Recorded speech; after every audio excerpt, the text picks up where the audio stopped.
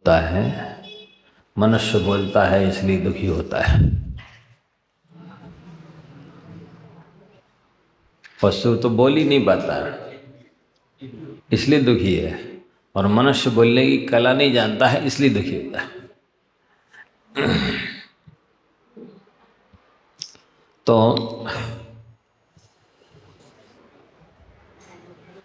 बोलने की कला सीखना एक बहुत बड़ी कला है।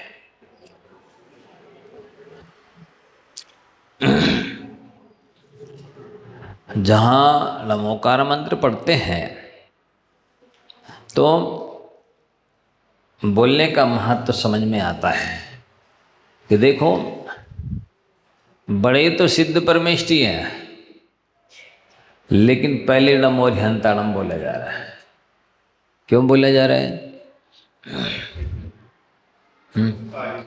क्योंकि उन्होंने दिव्य ध्वनि खिलाई, मोक्ष मार्ग बताया, इसलिए उनका नाम पहले आ गया। तो इस स्थान पर बोलना कितना महत्वपूर्ण है, आप ही बताइए। यदि भगवान की दिव्य ध्वनि नहीं खिरी होती तो अपन लोग मोक्ष मार्ग में चल पाते? नहीं चल पाते। धर्म तीर्थ ही नहीं होता। अनादिकाल से जो अनंत सिद्ध बन गए हैं वे अनंत सिद्ध नहीं बन पाते। सिद्ध बने हैं तो जिनवाणी को पढ़ करके सुन करके।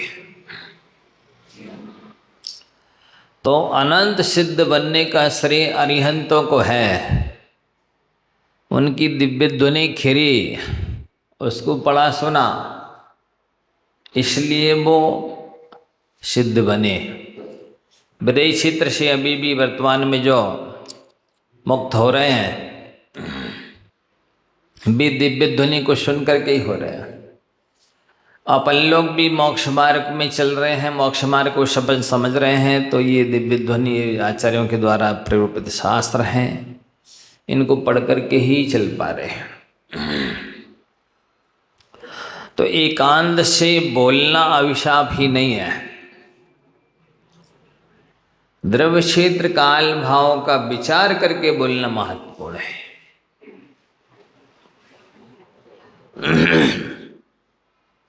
कहीं कहीं बोलने से कल्याण होता है और कहीं कहीं मौन रहने से कल्याण होता है।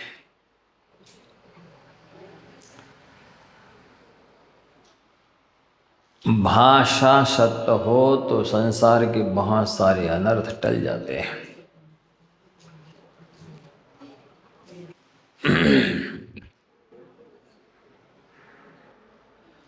स्थिति ये हो गई है, जब संतान को समीचीन संस्कार नहीं दिए जाते, शास्त्र नहीं पढ़ाए सुनाए जाते हैं, तो जो माँ बाप बेटे को बचपन में बोलना सिखाते हैं, जब वो माँ बाप वृद्ध हो जाते हैं तो वही बेटा उन माँ बाप की बोलती बंद करता है। देखो जरा, यदि बोलना सिखाया होता, बोलने की कला सिखाई होती, संस्कार दिए होते, सत्संगति में लाए होते, तो ऐसी नौबत नहीं आती।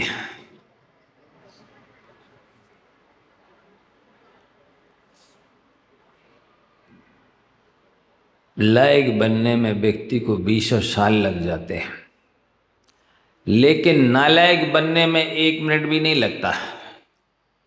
एक अपशब्द बोल के देखिए,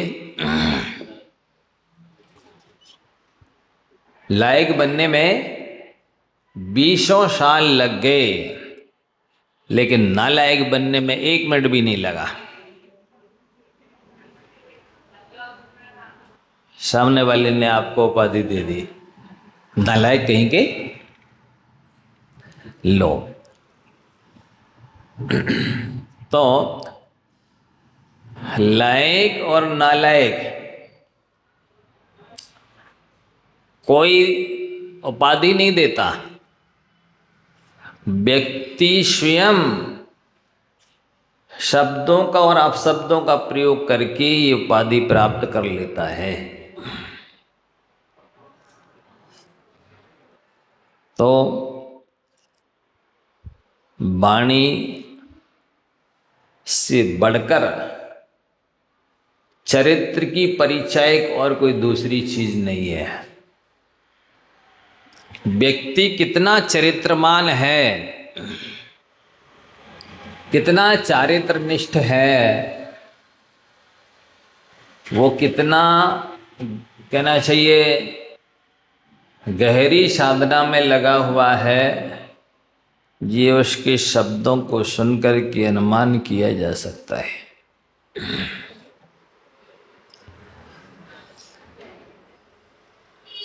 केवल शब्दों को सुनकर व्यक्ति के व्यक्तित्व का स्तर बताया जा सकता है।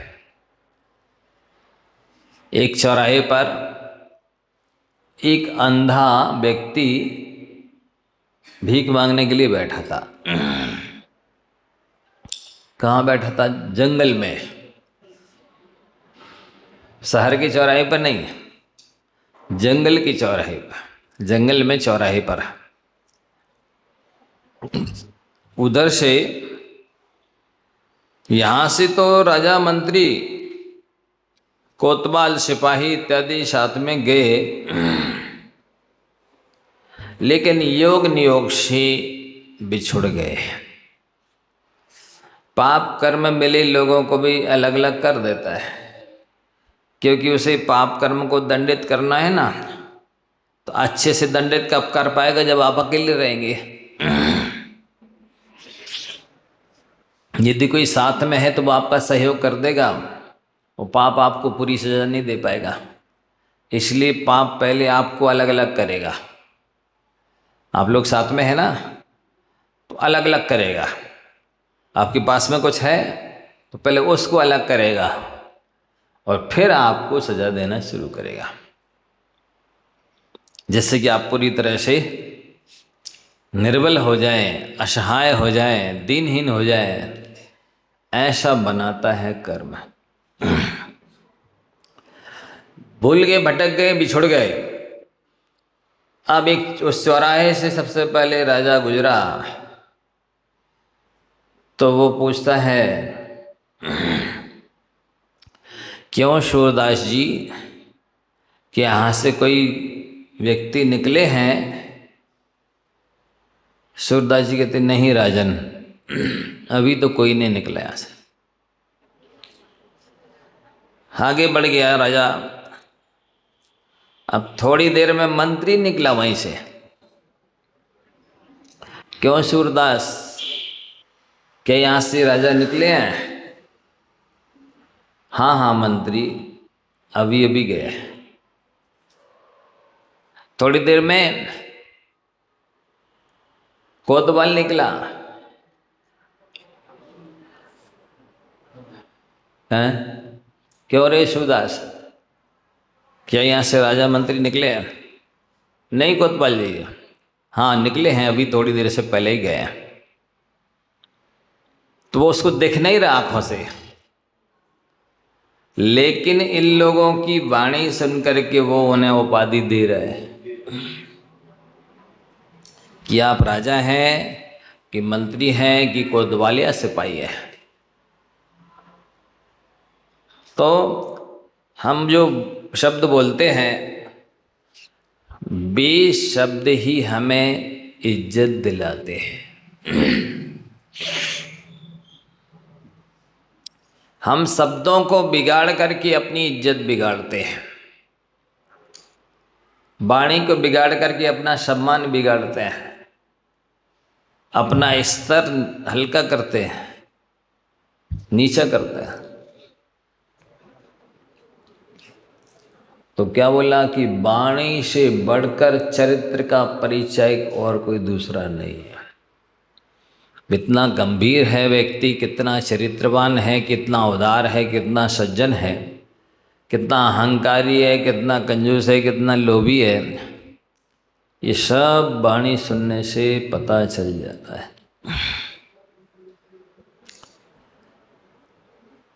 इसलिए ज्ञानी जन कथनी की अपेक्षा करनी पर ज़्यादा विश्वास करते हैं। चरित्र का परिचायक कोई दूसरा नहीं है। तो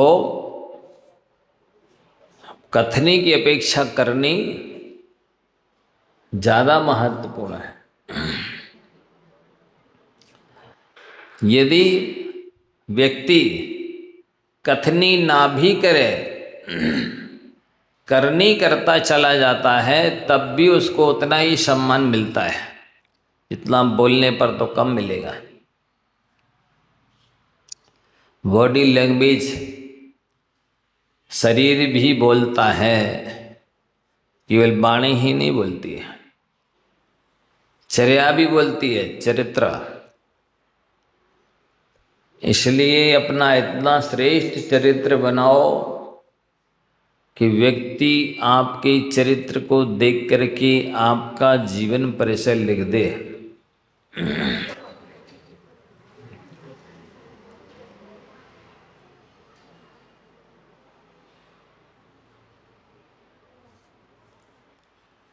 प्राय करके जो बच्चे होते हैं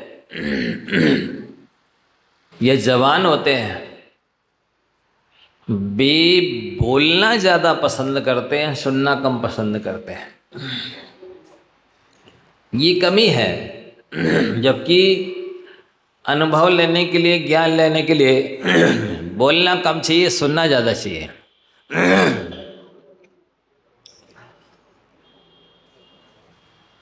बहु सुनवो कम बोलवो, यों है चतुर विवेक, याही ते विधि ने रचो, दोए कान जीव एक। बहुत सुनना कम बोलना, ये चतुराई है और विवेक है। और विधि ने भी आपको जब दो कान रखे और जीव एक रची है, तो वो क्या कह रही है कि सुनो ज़्यादा, बोलो कम। फिर भी शिक्षा नहीं ले पाते लोग। देखो ऐसा है, विवेक पर निर्भर करता है। जितना ज़्यादा विवेकी होता है, गंभीर साधक होता है, उतना कम बोलता है। जितना ज़्यादा वाचाल होता है, कम ज्ञान वाला होता है, तो आध जल गगरी छलकत जाए। नहीं कहावत सुनी? यदि घड़ा पूरा भरा है तो छलकेगा नहीं, और आधा भरा है तो छलकता है। इसी तरह से जो विशिष्ट ज्ञानी होगा वो ज़्यादा नहीं बोलेगा, जो थोड़ा ज्ञान रखता है वो ज़्यादा बोलता है। कम ज्ञानी ज़्यादा बोलता, ज़्यादा ज्ञानी कम बोलता। और दूसरी बात, अज्ञानी घंटों बोलता है, पर उसके लेक्चर में से, वक्तव्य में से सार ढूंढना पड़ता है कि कहना क्या चाहता है। और ज्ञानी जनों के एक एक शब्द सूत्र रूप होते हैं। उनकी टीका और टिप्पणी करने की आवश्यकता होती, व्याख्या करने की आवश्यकता होती है। तो यदि आपको बूढ़ों का बोलना अखरता है कि ये बूढ़े लोग चिड़चिड़ करते हैं, हंसते रहते हैं, जबरदस्ती टांग अड़ाते हैं, हमको कुछ करने नहीं देते, तो आप ये शिक्षा ले लीजिए कि जब आप बूढ़े हो गए तो बोलना कम या नहीं बोलना है। क्योंकि जैसे आपको अखर रहा है बूढ़ों का बोलना, तो आपका बोलना भी दूसरों को अखरेगा। खरा भी अखरा है, खरा भी अखरा है, वृद्धावस्था आ जाने पर। और खरा भी राख हो जाता है व्यक्ति की असमर्थ हो जाने पर। खरा को उल्टा कर दो, राख बन जाएगा। तो अपनी योग्यता औकात को देख करके बोलिए।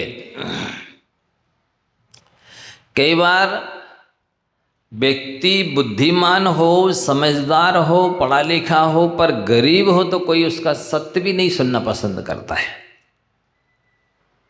वो बड़ा आदमी हो, बोलना भी नहीं आता हो, तब भी लोग हाँ में हाँ मिलाते हैं।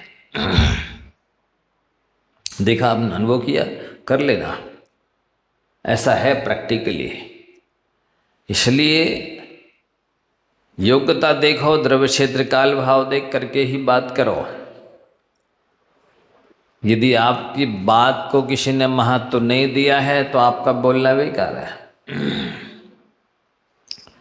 जहां आपकी बात ध्यान से सुनी जाए, आपको वहीं बोलना चाहिए। वो तो ध्यान ही नहीं दे रहे, गौर ही नहीं कर रहे, महत्व ही नहीं दे रहे, सुनना ही पसंद नहीं कर रहा है, फिर भी बोलते चले जा रहे हैं। ये बुद्धिमानी नहीं है।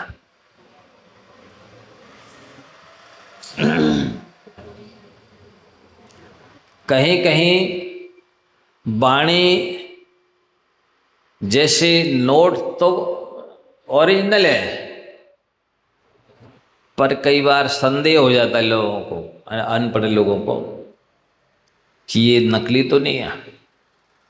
और कई बार नोट तो नकली होता है, पर किसी किसी को भ्रम हो जाता है तो वो उसको ही ले जाता है। इसी तरह से जब योग्य व्यक्तित्व नहीं होता है तो सत्य वाणी भी नकली मानी जाती है, और योग्य व्यक्ति बोले तो नकली वाणी भी सत्य समझी जाती है। तो आपको यदि द्रव्य क्षेत्र काल भाव का पता लगाना, किसी नए स्थान पर गए हैं, तो आप सामने वाले को बोलने दीजिए। हल्का फुल्का छोटा सा प्रश्न करके और चुप हो जाइए, सारी जानकारी आपको वहां की मिल जाएगी। सुनिए ज़्यादा, बोलिए कम। भाषण ही वस्तुतः मस्तिष्क का दर्पण है। आपका मस्तिष्क कैसा है? दिमाग में गोबर भरा है कि इंटेलिजेंट हैं आप? ये आपके शब्द बता देते हैं। इसलिए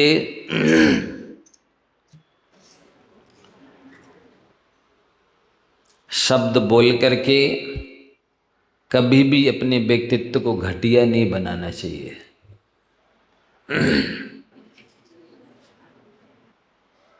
यदि वाणी में दम होती है तो अच्छे अच्छे कुशल वक्ता मूक हो जाते हैं। युक्ति युक्त और तार्किक होनी चाहिए, जिसे अकाट्य युक्ति कहते हैं। कोई काट ना सके ऐसी युक्ति पेश करिए।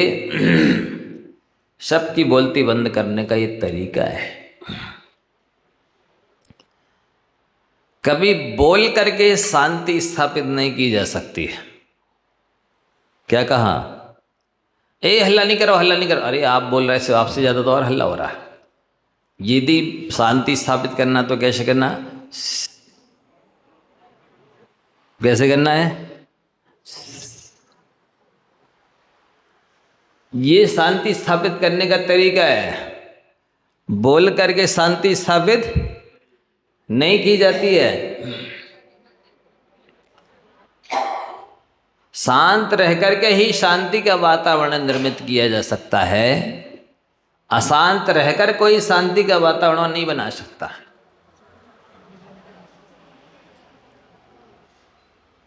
दूसरों को उपदेश देना सरल है, पर उपदेश कुशल बहु तेरे। पर उपदेश कुशल बहु तेरे। दूसरों को उपदेश देना सरल है, खुद आचरण करना कठिन है।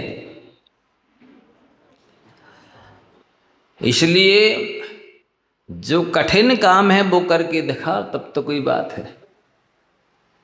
सरल तो दुनिया करती है, कठिन काम करके दिखाना।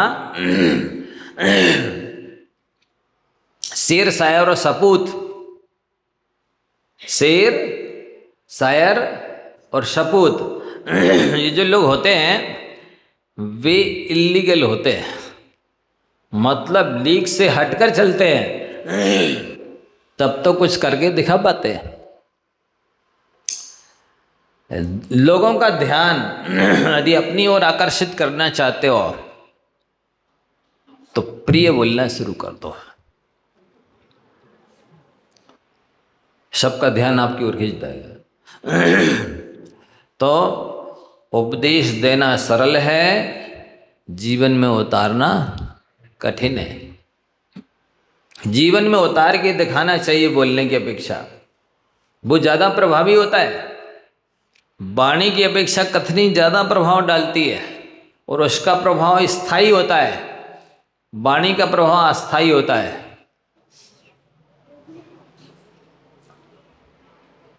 यदि मुख से एक अपशब्द निकल गया तो रामायण होते होते महाभारत होने लग जाता है। क्या एक ही अपशब्द निकल गया तो रामायण के स्थान पर महाभारत हो जाता है। और व्यक्ति करोड़ों खर्च कर दे और एक अपशब्द बोल दे, उसकी करोड़ों रुपयों पर पानी फिर जाए। करोड़ों उपकार कर दे और एक अपशब्द बोल दे तो उन सारे उपकारों पर पानी फिर जाता है। सब कुछ हो और वाणी ना हो तो बताइए उस सब कुछ होने का क्या महत्व है।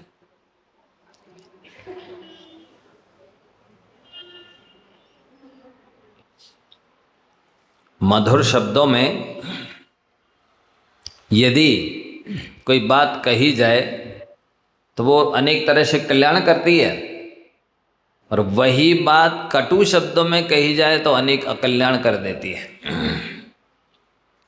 हंसी में तो लोग गाली भी हंसकर सुन लेते हैं। हर व्यक्ति कहता है आए क्या कोई छेड़कर देखे तो इस दिलेर को, प्यार मोहब्बत में तो कुत्ते भी काट लेते हैं शेर को। हाँ क्या बोला? आए क्या छेड़े कोई इस दिलेर को, प्यार मोहब्बत में तो कुत्ते भी काट लेते हैं शेर को।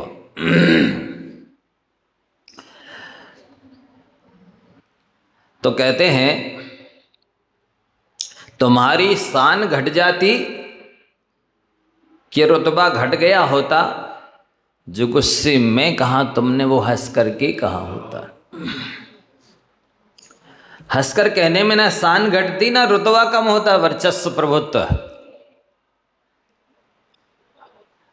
जो बात आपने गुस्से में कही उसी बात को हंसकर कहना था।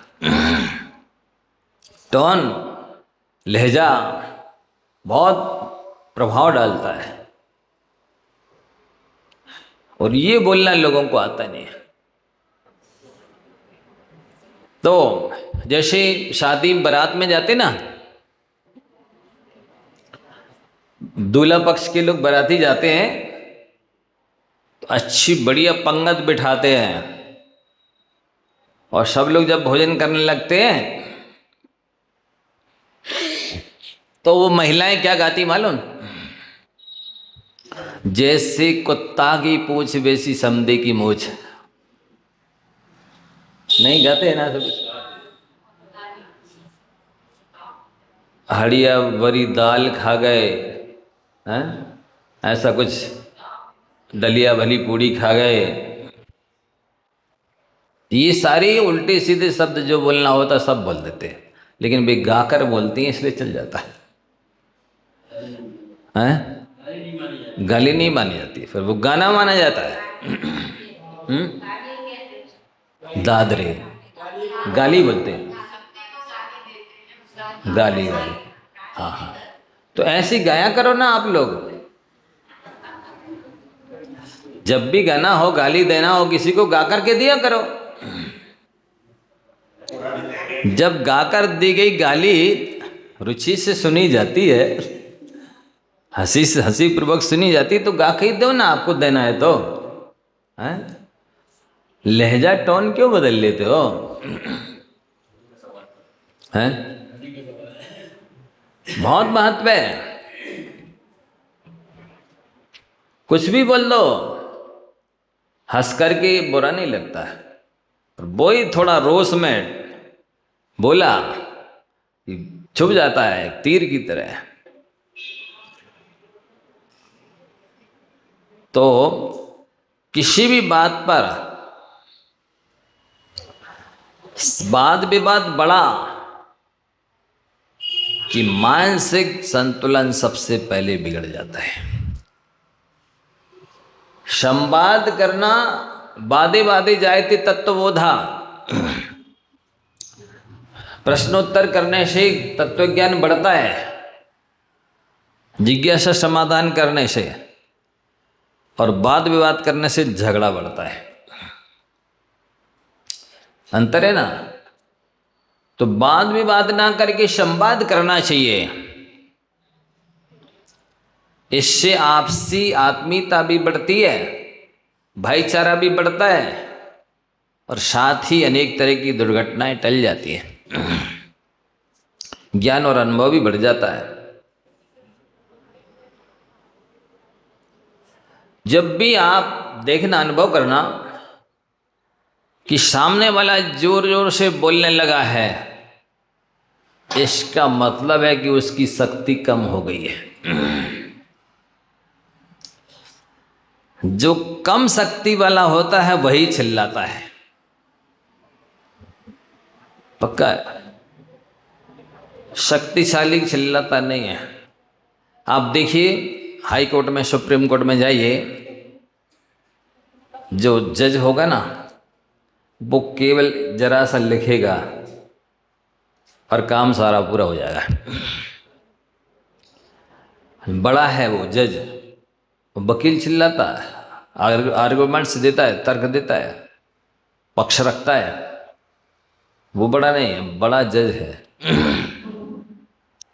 जज बहुत कम बोलता है, कभी आवश्यकता पड़ने पर बोलता भी है, डांटता भी है, लेकिन बहुत कम।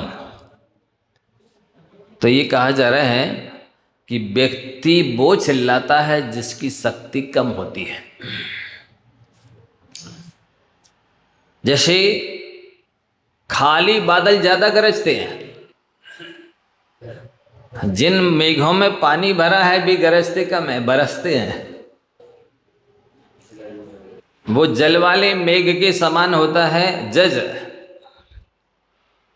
और बिना पानी के मेघों के समान होते हैं वकील। एकांत नहीं, फिर भी। तो जिसका पक्ष सत्य होता है, जो वजनदारी रखता है, सच्चाई रखता है, उसको चिल्लाने की आवश्यकता नहीं होती है। चिल्ला करके तो असत्य को ही परोसा जाता है। सत्य को चिल्लाने की आवश्यकता नहीं होती है, क्योंकि वो मरता नहीं है। जिसको डर लगता है कि अब मरे, वही चिल्लाता है।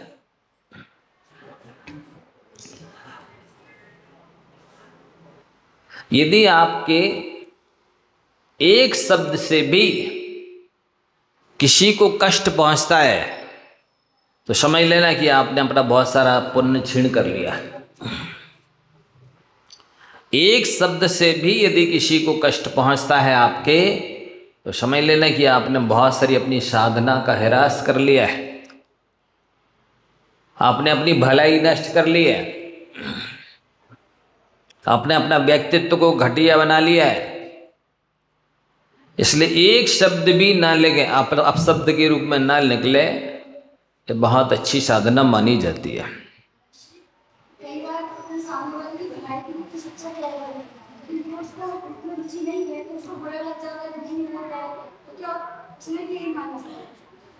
देखो ऐसा है, न्याय नीति के अनुसार यदि अपन चलते हैं तो ऐसी नौबत प्राय कम आती है। कहा गया है, उपदेशो हि मूर्खाणाम प्रकोपाय न शांतये पयः पानम भुजंगानाम केवलम विषवर्धनम। मूर्खों के लिए उपदेश देने से उनका क्रोध बढ़ता है। उपदेशो हि मूर्खाणाम प्रकोपाय, क्रोध के लिए होता है, न शांतये, शांति के लिए नहीं होता है। जैसे भुजंगों को दूध भी पिलाओ तो भी उनका जहर बढ़ता है। इसलिए सोच समझ कर उपदेश देना चाहिए। कौन उपदेश का पात्र है, आप उसे उपदेश देंगे तो आपको धन्यवाद मिलेगा। अपात्र को उपदेश दे देंगे तो विवाद होगा, और विवाद के बदले में धन्यवाद तो कभी मिलने वाला है ही नहीं। शब्दों में सबसे श्रेष्ठ शब्द कौन सा है? धन्यवाद। शब्दों में सबसे श्रेष्ठ शब्द है धन्यवाद। ये यदि आप देना सीख जाते हैं तो आपके लिए सहयोग मिलने की कमी नहीं रहेगी। यदि आप धन्यवाद देना नहीं जानते हैं, किसी से भी एहसान ले लिया, उपकार ले लिया और सहयोग ले लिया, तो बदले में धन्यवाद नहीं दिया, समझ लेना आपने अपने सहयोगियों को कम कर लिया है। अपने आत्मीय जनों को दूर कर लिया है अपने से। धन्यवाद में बहुत ताकत है। अनेक बिगड़े काम बन जाते हैं, रुके काम बन जाते हैं, पूर्ण हो जाते हैं। इसलिए ये शब्द बहुत महत्वपूर्ण है। ये धन्यवाद शब्द तो सभी चाहते, छोटे बच्चे से लेकर के ऊपर तक। बहुत कम, शायद ही ऐसा कोई दुनिया में हो जो धन्यवाद शब्द सुनना पसंद ना करे। इसलिए अपने जीवन में इन शब्दों का उपयोग कीजिए। एक दिन और बोला था कि आप जितना ज़्यादा अपनी लैंग्वेज में, शब्दों में श्री, जी, आप और धन्यवाद का प्रयोग करेंगे, आप उतने ज़्यादा लोग का प्रिय बन जाएंगे। क्योंकि लोग यही शब्द तो बोलते नहीं। और दुनिया में सबसे ज़्यादा प्रिय हर व्यक्ति को अपना नाम लगता है, और उस नाम के आगे यदि आप श्री जोड़ दें, अंत में जी लगा दें, अथवा सर्वनाम के रूप में तुम ना कर आप बोलो, तो आपका व्यक्तित्व तो लोकप्रिय होए बिना रहेगा नहीं। आप महनीय बन जाएंगे।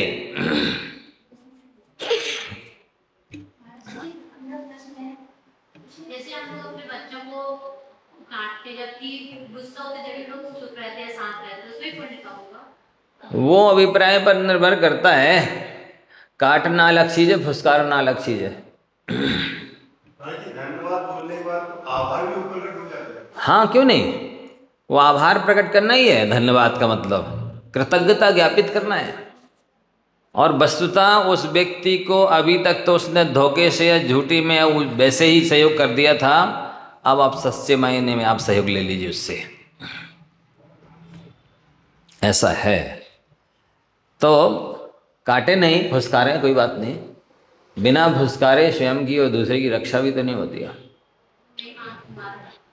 वही कह रहे हैं, बिना डांट के शिष्य और शिष्य का भविष्य ही क्या। शीशी में डांट नहीं लगाएंगे तो उसकी कीमती चीज लुढ़क जाएगी, और शिष्य को और पुत्र को डांट नहीं लगाएंगे तो वो बिगड़ जाएगा। इसलिए ऊपर से कर्तव्य के नाते डांटना अलग चीज है,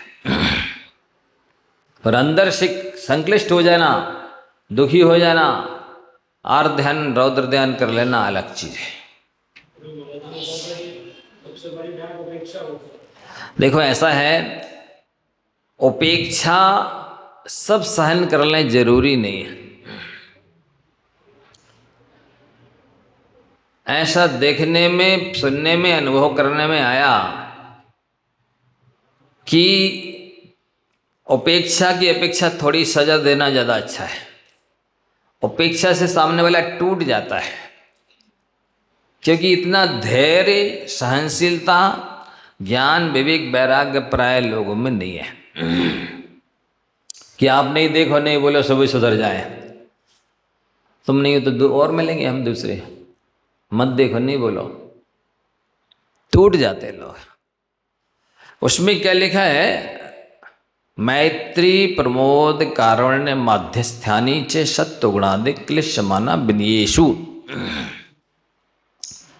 प्राणी मात्र में मैत्री, गुणी जनों में प्रमोद भाव, दुखी जनों में करुणा भाव, जो अविनेय हैं, उद्दंड हैं, जो शिक्षा पसंद नहीं करते, समझाने पर भी नहीं समझ से सुधरते, तब माध्यस्थ भावम विपरीत वृत्तौ।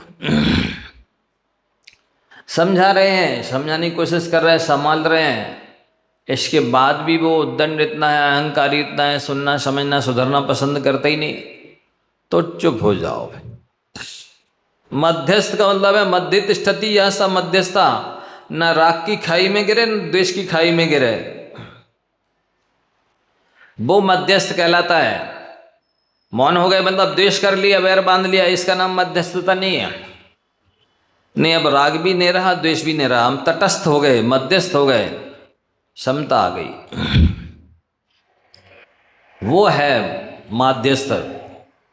तो सबके साथ ऐसा देखने सुनने में अनुभव में आया, वो चीज़ मैं बता रहा हूँ कि माध्यस्थ भाव रखने से आत्मीयता खत्म हो जाती है। यदि अपना बनाए रखना है तो थोड़ा हल्का फुल्का स्नेह, वात्सल्य, मुस्कान, कुछ शिक्षा कर्तव्य के नाते देते रहिए। यदि बिल्कुल छोड़ देंगे तो वो देखो, जैसे तिली में से स्नेह निकल जाता है तो तिल खल बन जाता है, इसी तरह से व्यक्ति में से स्नेह निकल जाता है तो वो मित्र न बन के खल, शत्रु बन जाता है। स्नेह रहना चाहिए। स्नेह के दो अर्थ है, चिकनाई और तेल। तो तिली में स्नेह का अर्थ तेल लेना, और व्यक्ति पक्ष में स्नेह का अर्थ आत्मीयता, राग, ये रहना चाहिए। नहीं तो तिल जैसे खल बनता है वैसे मनुष्य भी खल बन जाता है, देर नहीं लगती है। हैं? माध्यस्थता का मतलब है कि राग की खाई में भी नहीं गिरना और द्वेष की खाई में भी नहीं गिरना। माध्यस्थ भाव होने पर क्षमता आ जाती है। यदि आप उपेक्षा कर देते हैं किसी की बिल्कुल, तो वो दुर्जन, दुष्ट बन जाता है, खल बन जाता है, शत्रु बन जाता है। क्योंकि सारी दुनिया प्रेम की भूखी है। अपने हृदय की गागर से प्रेम का जल पिला दो इस प्यासे जगत को, तुम सागर बन जाओगे। क्या बोला? अपने हृदय की गागर से इस प्यासे जगत को प्रेम का जल पिला दो, तुम सागर बन जाओगे। तो हर व्यक्ति उपेक्षा सहन कर ले, आप देखो नहीं, बोलो नहीं, कोई प्रतिक्रिया ना करो, और वो सुधर जाए आपको देख के, ऐसा संभव नहीं है। वो अलग व्यक्ति होता है जो देखकर सुधर जाता है। नहीं नहीं, मैं इतनी योग्यता रखता हूँ और मैं उपेक्षा का शिकार हो रहा हूँ इतनी सी गलती के पीछे, ठीक है आज के बाद ये गलती नहीं करूँगा। बड़े लोग यदि मुझे ध्यान नहीं दे रहे इस गलती की वजह से, तो अब मैं नहीं करूँगा, मेरा महनी व्यक्तित्व धूल में मिल रहा है, ऐसा समझ के सुधरने वाले बहुत कम होते हैं। भी गलती नहीं सुधारेंगे, दूसरे से जुड़ जाएंगे, आपसे टूट जाएंगे। ये ऐसा है जमाना। देखा गया है जिनकी उपेक्षा कर दी जाती है, वे शिष्य गुरु को भी छोड़ देते, औरों की तो बात क्या। उपेक्षा करने पर जबकि इतना बड़ा एहसान है उनका, उपकार है। 3 लोक में इतना बड़ा उपकार कोई नहीं करेगा। रत्नात्रय देना इससे बड़ा उपकार क्या, भगवान बना दिया। 3 लोक से ज़्यादा, संपत्ति से ज़्यादा कीमती रत्नात्रय दे दिया, और क्या चाहते हो। लेकिन उपेक्षा को सहन नहीं कर पाता हो। ठीक है, आपने किया होगा उपकार, ये तो हम नहीं सह पा रहे। उपेक्षा तो दूसरे से जुड़ जाता है, छोड़ देता है। तो ये स्थिति है। नीति को के अनुसार चलेंगे, न्याय नीति के साथ, व्यवहार कुशलता के साथ, तो सफल होंगे। नहीं तो इतनी अमूल्य निधि देकर के भी आप उपेक्षित हो जाएंगे। इतना बड़ा एहसान उपकार करके भी उपेक्षित आप हो जाएंगे, छोड़ जाएंगे, टूट जाएंगे, अलग हो जाएगा सामने वाला। इसलिए द्रव्य क्षेत्र काल को, भाव को देख करके की जाती है उपेक्षा। जैसे एक प्रायश्चित होता है ना, पारंचिक नाम का प्रायश्चित होता है। किसी साधु से बड़ा अपराध हो गया तो क्या करते आचार्य परमेष्ठी, तुमने गलती करी है, वो प्रायश्चित लेने आया। ठीक है, आप फलाने संघ में जाइए, उस संघ के आचार्य से प्रायश्चित लीजिए। अब वो जाएंगे, उस संघ के आचार्य को अपना अपराध बताएंगे, वो सारी परिस्थिति मनस्थिति जान लेंगे, भी तीसरे संघ के आचार्य के पास भेज देंगे। आप उस संघ में जाइए, उन आचार्य से प्रायश्चित लीजिए। ऐसे वो साधु 7 संघों तक जा सकता है, भेज सकते हैं। वो पूरी परिस्थिति सुन लेंगे, कहाँ गए थे, किसने भेजा, कहाँ कहाँ हुआ है, किसने क्या कहा, वो जानकारी सब लेते रहेंगे आगे आगे आचार्य।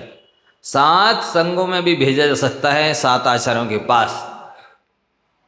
और अंतिम आचार्य कह देंगे कि ठीक है आपका प्रायश्चित हो गया, अथवा छोटा सा प्रायश्चित दे दें, या कह दें ठीक है आप अपने गुरु से ही जो दे तो ले लें, नहीं दे तो हो गया आपका प्रायश्चित। ये पारंचिक प्रायश्चित होता है। कैसे प्रायश्चित होगा, जब दिए नहीं तो नहीं, मान का मर्दन हो गया। उन साधु ने अपने मान का मर्दन कर लिया, इतने जगह जाकर के और अपनी गलती बताई और प्रायश्चित मांगा, यही इतने में ही सारे कर्म खिर जाते हैं। माया कसाई छोड़ी, मान कसाई छोड़ी, सत्य बोला, इससे ही कर्म खिर गए, शुद्ध हो गए। लेकिन ये प्रायश्चित जो दृढ़ ज्ञानी वैरागी साधु हैं उन्हीं को दिया जाता है। सामान्य साधु को देंगे तो ले जे रखी तुम्हारे पीछे, ये चलिए, हमारे बस का नहीं है, आपको देना तो दे दीजिए प्रायश्चित, नहीं देना तो हमारे बस की नहीं है, हम अन्यत्र नहीं जा सकते। ऐसे साधुओं को नहीं दिए जाते प्रायश्चित।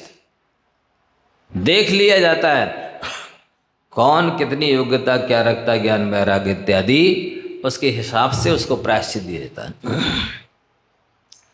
एक जैसा अपराध किया हो 2 लोगों ने, 4 लोगों ने, 10 लोगों ने, लेकिन सबको एक जैसा प्रायश्चित नहीं दिया जाएगा। सबकी द्रव्य क्षेत्र काल भाव की परिस्थिति मनस्थिति को समझा जाएगा, फिर प्रायश्चित दिया जाएगा। उसी अपराध का किसी को 1 कायोत्सर्ग, किसी को 1 माला, किसी को 1 उपवास, ऐसे अलग अलग भी प्रायश्चित दिया जा सकता है। अब आप ये नहीं कह सकते अरे जी गलती तो हमने करी, जी इनने करी, इनको 1 माला और हमें 1 उपवास, आप ये नहीं कह सकते। परिस्थिति अलग अलग है। वो वृद्ध हैं कि बीमार हैं, आप स्वस्थ हैं, जवान हैं, कैसी परिस्थिति में क्या गलती हुई है उसके हिसाब से अपराध का प्रायश्चित होता है। तो वाणी जिनवाणी बने, ऐसी अपन सब कोशिश करें, इसी भावना के साथ। जा वाणी के ज्ञान ते